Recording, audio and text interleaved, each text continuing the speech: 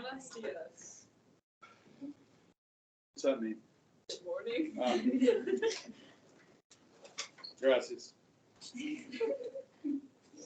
Okay. Guys, we were talking, I mean, I don't know how, I didn't really get all the way through the oil drilling, drill for oil in the Gulf of Mexico and Anwar. Let me explain the Gulf of Mexico to you guys, okay? Under current U.S. law, you cannot drill off the Atlantic coast. Okay, there's no oil drilling off the Atlantic coast right now. Now, if you go to the Gulf Coast of Florida, come back here, okay?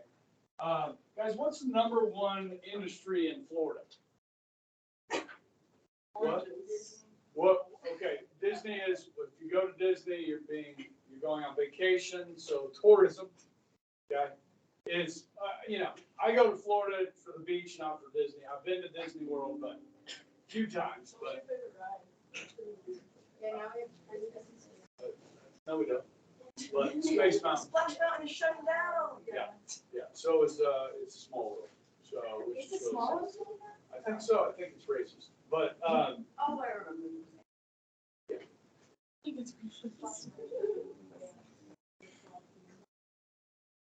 It offended somebody, okay? I don't know what to tell you. All right, so, listen, guys, you want to go lay out on the beach and look out and see a big oil rig? Like right there? No. Yeah, you don't want to see that. Now, have any of you guys ever been to the beaches up here in North Florida, like Fort Walton Beach, Destin, Pensacola, okay, all the way over to Gulf Shores, Alabama? Okay, these are some of the most beautiful beaches on the planet. Okay, in fact, it's not really even sand, it's crystal. Okay, they are white beaches, they're beautiful, that's where I grew up. If you come down, if you keep going, get to Apalachicola, they don't have good beaches. They don't have beaches. It's just like, and there's rivers that empty in there, so the water's not real nice. But you come back down around here towards St. Petersburg, okay, Clearwater Beach, and then Sarasota down to Fort Myers, you have really nice beaches there too. You go on the Atlantic side, guys, bigger waves, the beaches aren't as nice. Daytona Beach up here, you can drive on the beach. It's so wide, they let people drive on the beach. Okay, it's a big party at spring break. I was there in '84, okay, for spring break. But anyhow, you can't drill off the beaches of Florida, but you can drill off the coast of Louisiana and Texas, okay? Because Florida doesn't want that. Now, guys, there is a lot of oil off the coast of Florida. We know there is, but you can't do it. Now, if you were to drill 3 miles out into the Gulf, okay, if you were laying on the beach and an oil rig was 3 miles out, how big would it look 3 miles away from the beach? Probably about that big. Okay, you'd be able to see it, but it'd be really small. But they're not going to allow that because if there's a leak on that oil rig, it's 3 miles from the coast, and that's going to affect the coast. Yes? So they said, okay, well, we'll do what's called deep water drilling in the middle of the Gulf of Mexico. You guys heard of the BP, the spill that happened out there about, I don't know, 7, 8 years ago? They made a movie out of it, Mark Wahlberg, Deepwater Horizon. Okay, based on a true story, guys. Okay, it was so deep, the well was so deep. Well, where the mechanism went into the ground, it broke. Okay, and so oil was spilling out of the middle of the Gulf of Mexico for weeks. Just oil coming out of the surface, and they couldn't shut it off because it was so deep. Okay, and so there was this huge oil slick floating around the Gulf of Mexico, and some of that actually reached the beaches of Florida. Okay, now Mother Nature's very resilient, and she bounced back fine. Probably the worst disaster, oil disaster, that I talk about the Exxon Valdez that happened here in Alaska, the cargo ship. Okay, this happened about 20, 25 years ago. Guys, we drill for a lot of oil up here, and some of it we put in the pipeline and we send it down to the US. Some of it goes on cargo ships and is sent to Japan in the Far East. Okay? Well, the captain or the pilot of the Exxon Valdez was drinking, and he ran aground. He put a big hole in the oil tanker, and it was pretty close to the coast of Alaska when that happened. And so, guys, oil. And it was really hard to watch because, like, obviously this affects fish, sea life, but most oil comes up to the surface. But seabirds, seals, different animals up there were just covered in oil. And you had people going up there with like dishwashing soap and trying to save birds, trying to get the oil off the birds and stuff like that. It was a nightmare. Probably the worst environmental disaster in the United States as far as oil goes. It's human error. Okay, same thing with the BP thing in the Gulf. If you were able to drill closer to the shore, you could get down there and shut it off if something happened. Okay, but in that case, they were unable to for weeks. So, we could drill closer to the shore. We could drill off the Atlantic. We don't have to. Okay, we could drill in the Alaska National Wildlife Refuge. Like I said the other day, guys, I can drill right from here at this spot and drill over there underground, horizontal. So you can have a small footprint on land and under the sea, actually, to drill in different places with a small footprint. So I guess it really comes down to this, guys. If you feel like man-made fossil fuels used by man are causing a climate crisis at this point, then you want to switch. Now, one way to make people switch is to jack up the prices. And so, guys, if you have a lot of supply of oil, the price goes down. So people don't want to change when things are cheap and efficient, because fossil fuels are very efficient. Okay? People aren't going to want to change. But if you can make it expensive by not allowing oil companies to drill or canceling the Keystone Pipeline, as the Biden administration did, which they are secretly now kind of quietly saying was a mistake, but then people don't want to change. Okay, so if gas prices are $5 a gallon, then you're more likely to buy an electric vehicle. If gases are $1.50 a gallon,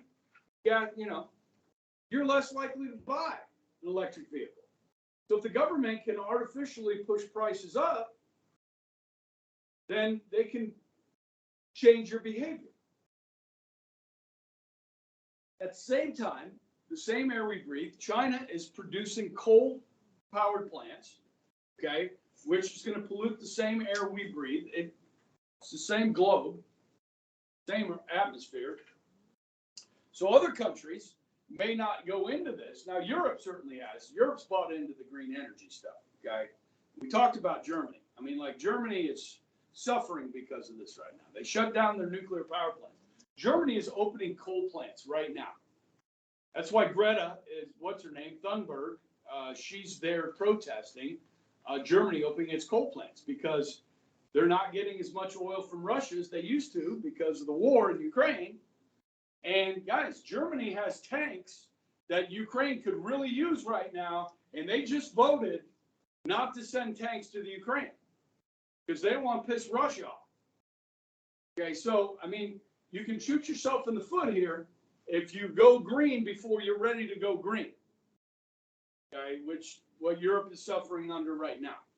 Okay, so, yeah, I don't know. You want cheap gas prices? Then you want to drill. You want to go green? You want the country to go green, even if it hurts our economy some, so that we can lead the way, like be the leaders. You think environmentally that's the responsible thing to do, then you want to say no on this. Okay?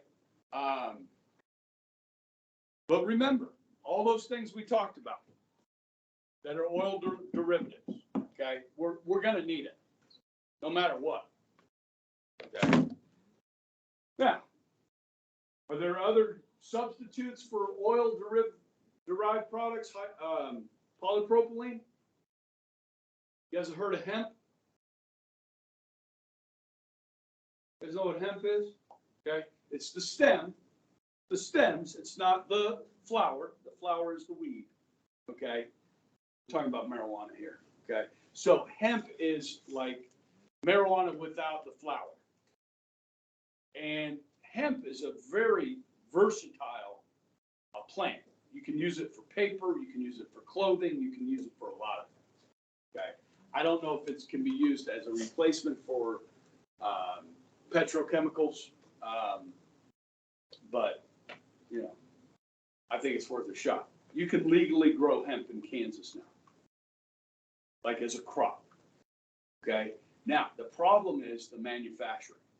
So if you have a place that can take that hemp and make paper with it, or make different products with it, then you got yourself a market, a niche that you can do something with. Okay, I've looked into this because I mean, you know, it's easy to grow. It's a weed, right? They call it weed, right? So it should be pretty. It actually takes quite a bit of water. Okay, so if you're farming, you know, you got to take into consider how much water you need to grow something. Okay, and hemp takes quite a bit of water to grow. Okay, so I think a few farmers are doing it, but not very many. And I think the big reason is just because there's no manufacturing to use it. Okay, but you know, all right. Well, can I say one more thing about this?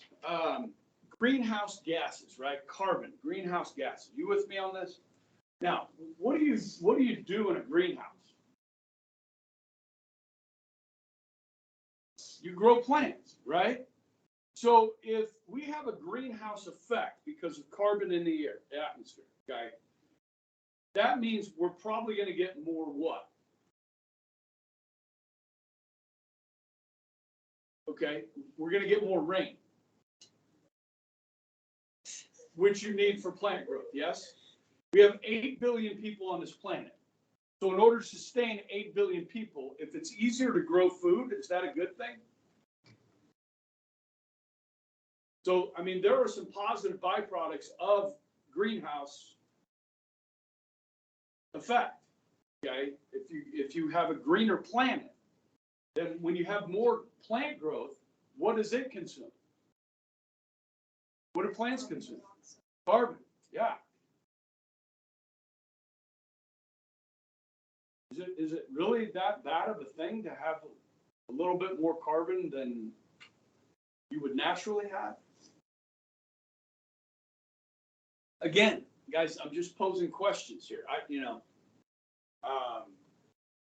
Because guys, you hear it all the time. It's settled science. It's settled science. Okay, there are scientists that disagree. Okay, and we're going to talk about science again. I'm going to segue right here. You can answer that one, and we're going to talk about vaccines. Okay, next. Okay, so talking about science, and we're talking about in this case a certain type of vaccine, okay? And that is the mRNA vaccine, yes? Now, we've got some science nerds in here.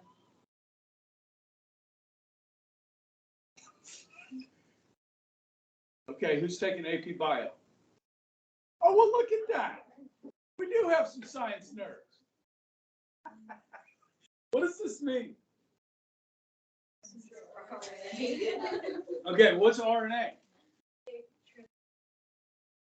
Makes DNA and it copies it and it makes more. Okay.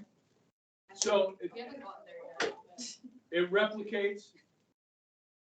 Okay, and then the messenger is, so what you do with this vaccine, right? Which was just developed over the last few years. Put in your body, the mRNA directs it to your cells, yes? And it creates what's called a spike protein. Now, this little protein that attaches itself to your cells mimics the COVID virus. So your body sees a foreign substance there that shouldn't be there, and it begins to fight it. So when you get exposed to the real virus, your body has built up immunity to that spike protein, and hence the virus. That's the whole idea. Yes? Can I explain it any better than that? Because that's how it was explained to me more than 2 years ago by my next door neighbor, Dr. Phil. Okay? He's a pediatrician. You would love this Dr. Phil as well. Okay? One of the nicest human beings you'll ever meet. Okay? I have the best neighbors on the planet. Phil and Shirley are like the sweetest people ever. We're never moving. We have a pact, okay, with our neighbors. Okay. So anyhow, so the first, Operation Warp Speed, President Trump, okay, guys, anytime you bring a new drug to market, you've got to get it through the FDA, the Food and Drug Administration, okay? Usually that takes years, okay? So Operation Warp Speed, put in place by the Trump administration, was to try and get this vaccine to the marketplace as soon as possible. So answer this question for me. Do we have any long-term studies on the effects of mRNA in our bodies? We have no long-term studies. This is usually why it takes years to get clearance through the FDA, because you've got to see the side effects of these new drugs before you let them out into the public, before you allow doctors to prescribe them, and so forth. One of the things I really liked about Trump was, when somebody has a deadly disease like cancer, and they've come up with a new way that hasn't been tested yet. You're going to die. You've got 3 months to live. They've told you. So the Trump administration allowed for people to try experimental cures or, drugs if they were fatal, like they were going to die. They said, if people want to try something that hasn't been tested, that has shown some promise, the Trump administration saw that you could do that. You know what I mean? Like, try something experimental. Okay? I like that because, that could like help other people. You're going to die. I'm like, I'll try this. So I like that. Now, this one, the Operation Warp Speed, got this to the market really quick, okay? Now, so the first people to get this were people over the age of 65, okay, the elderly, and then doctors and nurses, right? They were the first ones that were allowed to get this, okay? And then came the teachers, okay? And so when they offered it to the teachers in the diocese, they did it over at St. Catherine's. And I decided to go and get the Pfizer vaccine. Okay, so I got the first shot, didn't really affect me. Okay, got the second shot about a month later. That one kicked my ass. Okay, I mean, like, it was a Saturday morning. We had picture day that day for baseball. And then I went to practice. And by the time practice was over, I was driving back across town. I could barely keep my eyes open, man. I had to go to sleep. And so I slept for like 10 hours. And then I was fine. Okay. Now, you guys were like 14, right? 15? Yeah. So you weren't allowed to take the vaccine yet, right? Until you were 18. They ended up lowering it. Was it 16? Okay. So a lot of you wouldn't have been eligible for it when I got it. You know what I mean? As early as I got it. If you don't mind me asking, how many of you guys have gotten the vaccine? Okay. All right. Now, Put your hand back up if that decision was made solely by you or by your family. Okay. Like, did your parents say you have to do it? Yes? Okay. How many of you did it just so you could travel? You wouldn't have done it unless you were traveling.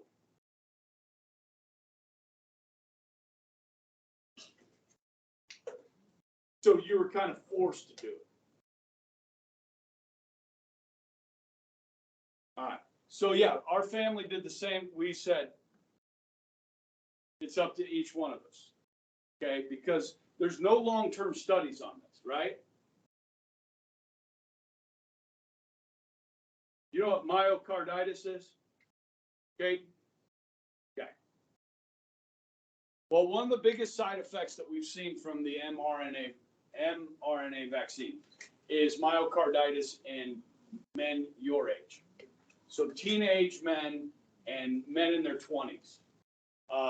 Myocarditis is inflammation of the sac around the heart. It's rarely fatal, okay? It can be, but it does cause health problems. You know, I mean, you have to address it. We have seen a large uptick in myocarditis in young men that have had the vaccine, okay? So Lily, my daughter, she got it to travel. Okay, so she got 2 + 1, the booster, okay? I got the 2, and I've chosen not to do a booster. Okay. I know more about it now than I did at the time when I first got the shot. If I had to do it over again, I would probably have not taken the vaccine, just because of the unknowns. And knowing that today, it does not stop the spread of COVID. Okay. I think there are some pretty good studies that show that it does help prevent hospitalization or the severity of it. But right now, because so many Americans have been vaccinated, actually more people are dying now that have the vaccine than did. Okay, that's just a numbers game. That's just a statistics game. Okay, because so many people have had the vaccine. Okay, in the middle of this thing, when it was bad, when President Biden got elected, and you can look this up, guys, Anthony Fauci, who is the science, as he said, I am the science. And President Biden did say for a while that if you got the vaccine, you wouldn't get COVID and you wouldn't spread it. Okay, that didn't last very long because people that got the vaccine started getting it. Okay, as with any other virus, it changes, right? It evolves. Yes? So how many guys have had it? COVID.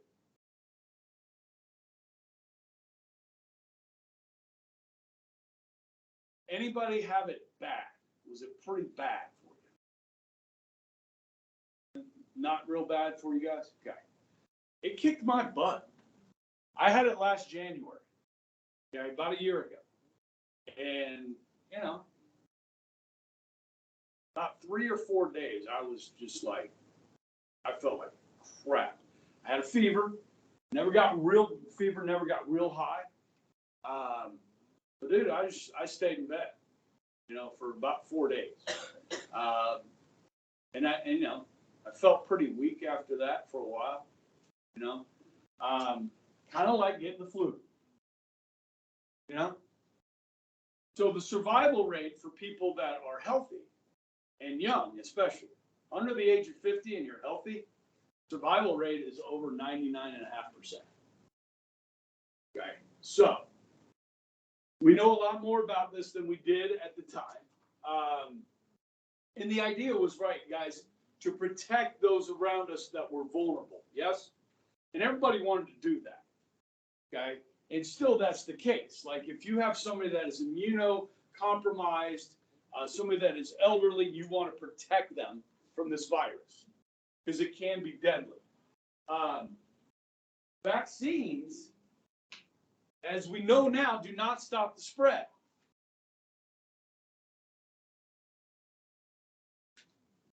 So,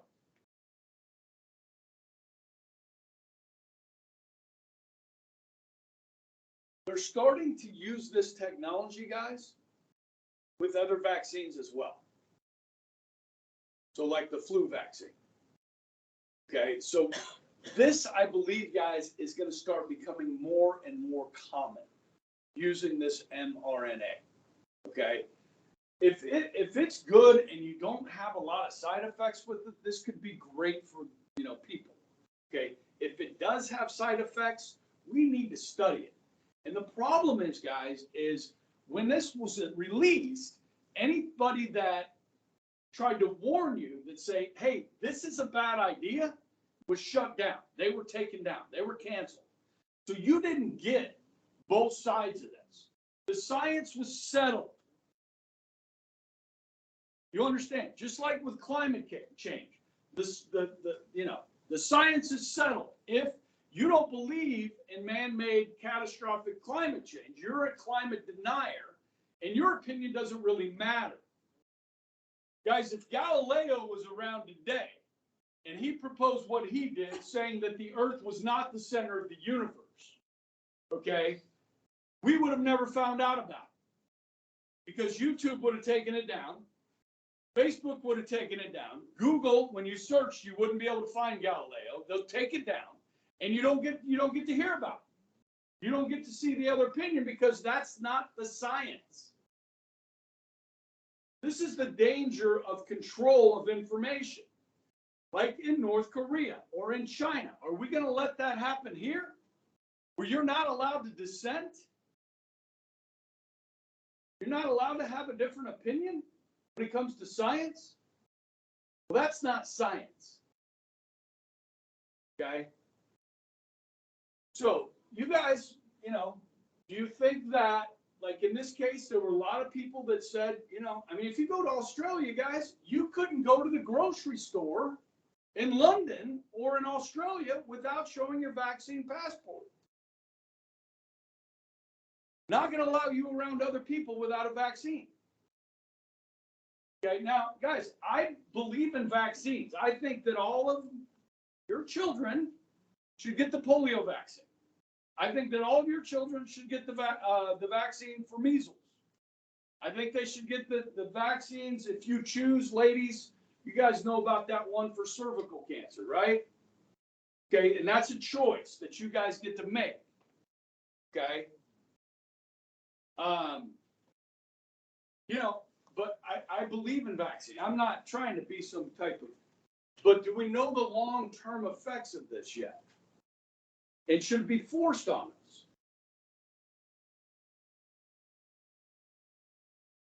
If you think everybody should be vaccinated from COVID for the safety of the people on this planet, this country, your neighborhood, your city, then you want these mandates and possibly these passports.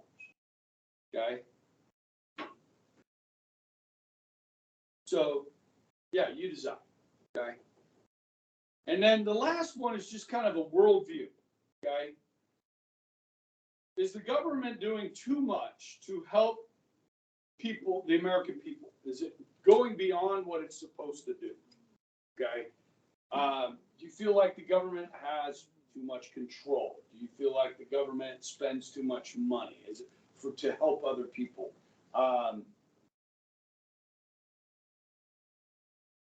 That's just kind of a worldview question, okay? And then the last thing I want to talk about, I'm not necessarily going to add this to the list, but it's something that any of you guys that are going to study business in college, you should know this, but I think this is coming to a neighborhood near you. You haven't seen a lot of it in the media. Does anybody know what ESG is? Heard about this yet? Heard of it? Nothing? Is that like the stuff that's in Asian food? No, that's MSG.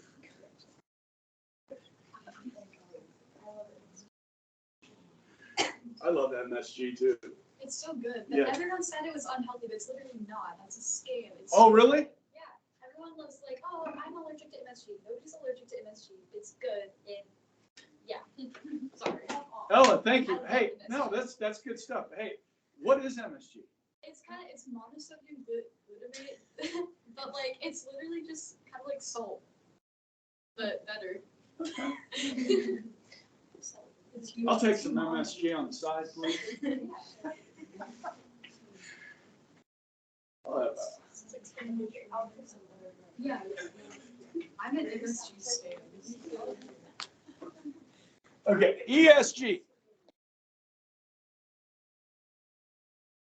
I've got a graphic up here that shows you what ESG is once it pops up here.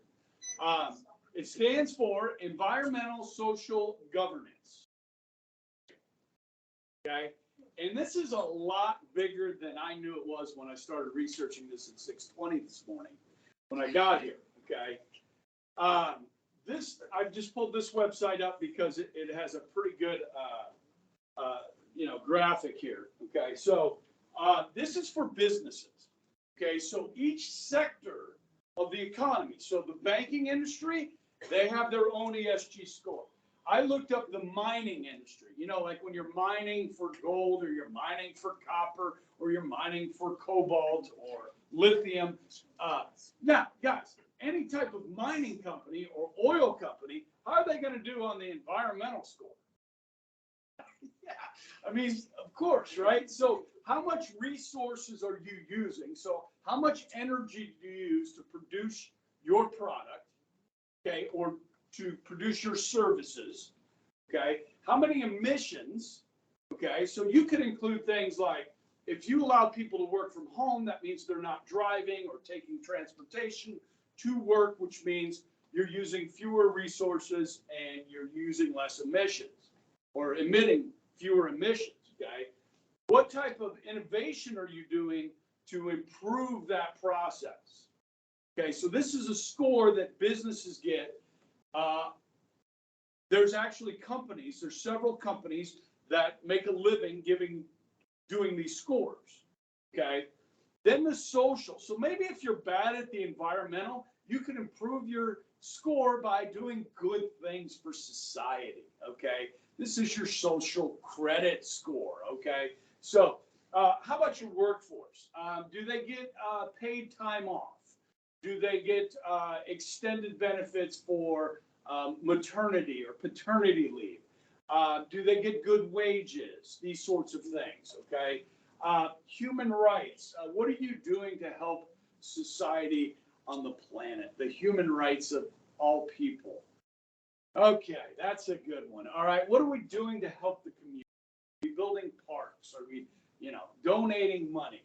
Okay, is our product responsible? Well, no, it's not. Okay, because it's using oil. Okay, and then we're gonna fill this up with trash and we're gonna throw it in the freaking in the landfill. Okay. Guys, this is your social credit score, and then governance. Like, are you following the laws? Okay. Are you?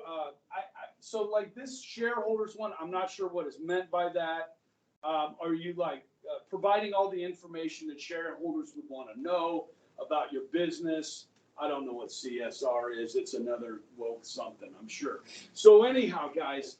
This is something that is real. It is here. I don't know if it's here to stay because people are just kind of finding out about it.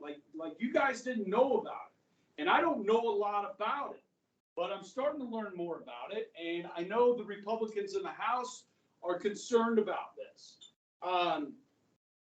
This BlackRock, have any of you guys heard of BlackRock?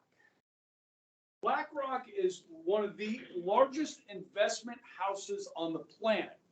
So, Trail, your mom works for May School District 266, right? So she gets what's called capers.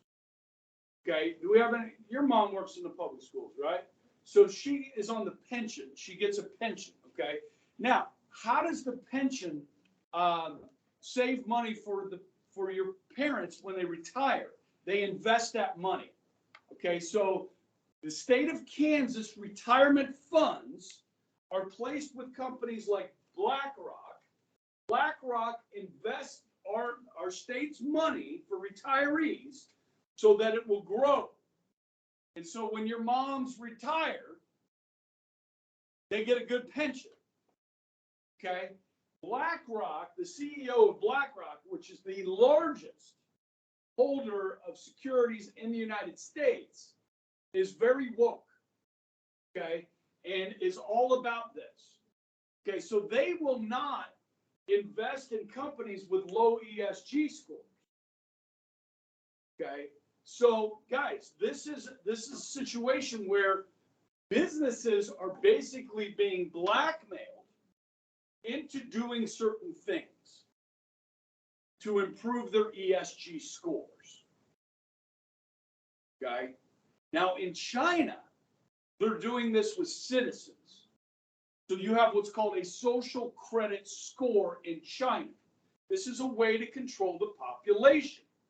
Okay, so if you have a good social credit score, well, good for you. You pay $100 less in rent this month. You get discounts at the grocery store because you have a high social credit score. So if you behave in certain ways, you get gold stars. And if you don't, you get demerits.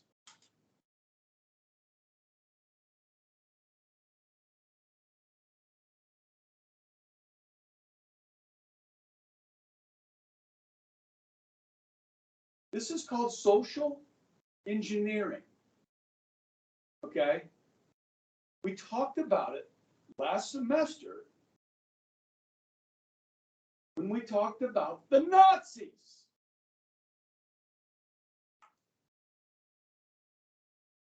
Because smart people, smarter than you and I, even though half you guys are taking AP Bio,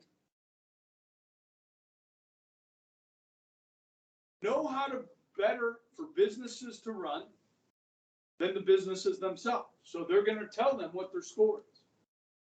And then you got to fix that. If you want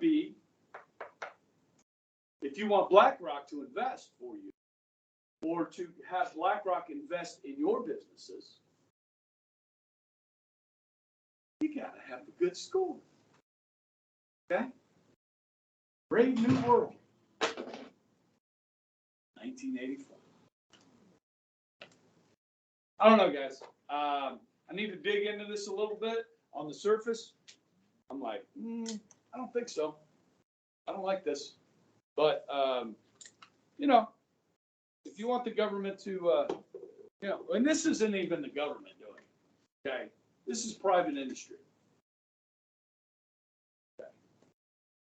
But one thing leads to another, you never know, okay? In other words, over my dead body.